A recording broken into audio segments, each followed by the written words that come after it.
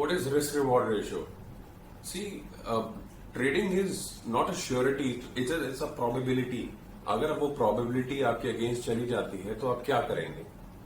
Risk reward ratio basically आपको ये बताता है कि आप अगर किसी सर्टेन ट्रेड में घुसते हैं तो उस ट्रेड में घुसने का आपको कोई फायदा है या नहीं है, और अगर आप घुसते हैं तो घुसने के बाद आप उसमें से क्या निकाल के लेके आएंगे, आपने कितने का रिस्क लिया, वो रिस्क वर्थ इट था, आपको जो रिवॉर्ड मिलेगा उस रिवॉर्ड को लेने के लिए क्या ये रिस्क काफी है, इसको रिस्क रिवॉर्ड रेशियो बोलते हैं। मैं आपको चार्ट पे समझाता हूं। सी, रिस्क रिवॉर्ड रेशियो का एक बेसिक कॉन्सेप्ट होता है कि आप मिनिमम 1:2 रिस्क रिवॉर्ड रेशियो पे तो रहिए, जिसका मतलब ये है कि अगर आप ₹1 का रिस्क ले रहे हैं तो आपको ₹2 मिलने चाहिए रिवॉर्ड पे।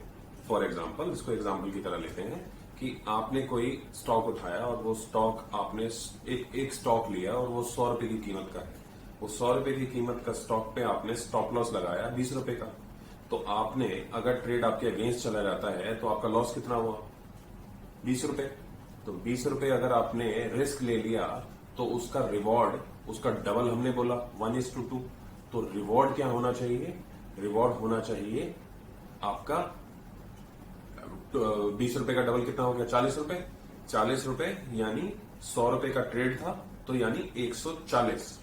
अब आपने 80 पे स्टॉप लॉस लगाया और 1:2 रिस्क रिवॉर्ड रेशियो के हिसाब से आप उसे 140 पे आके निकाल लेंगे, उसको बोलते हैं 1:2 रिस्क रिवॉर्ड रेशियो।